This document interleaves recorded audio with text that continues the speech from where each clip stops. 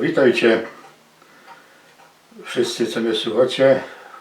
Ja dawno się nie pokazywał, bo zdrowie mi nie pozwalało, ale po leku się tak pichola i bydach net chyba całkiem zdrowy.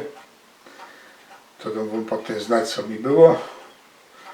No, ale teraz są święta. Święta już prawie się zaczynają, bo tak richtig od dzisiaj, od Wielkiego Piątku, a niektórzy to już od czwartku świętują. Święta najważniejsze do wszystkich chrześcijan, i do tych, co w kulturze chrześcijańskiej się wychowali, a w Pan Bożka nie wierzą. Też to są ważne święta.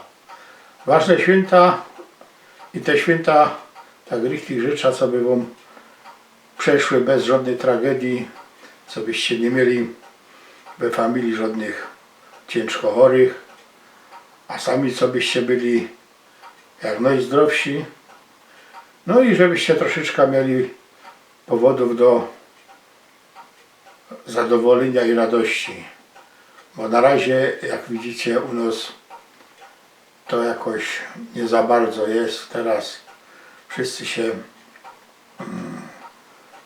że tak powiem, martwią, co będzie. No nic nie będzie. Mam nadzieję, że jak skończy się ta pandemia, to wrócimy do normalności, chociaż nie taki całkiem, ale przynajmniej do takiej, jak była jeszcze na początku tego roku.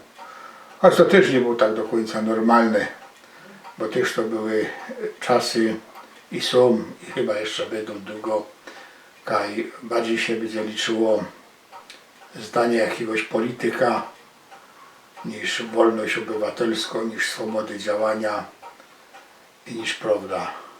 Także jeszcze raz spokojnych, zdrowych świąt Wielkanocy życzę ja, moim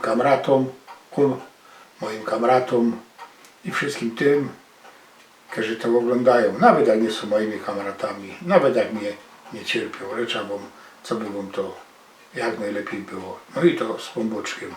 Do już zaś.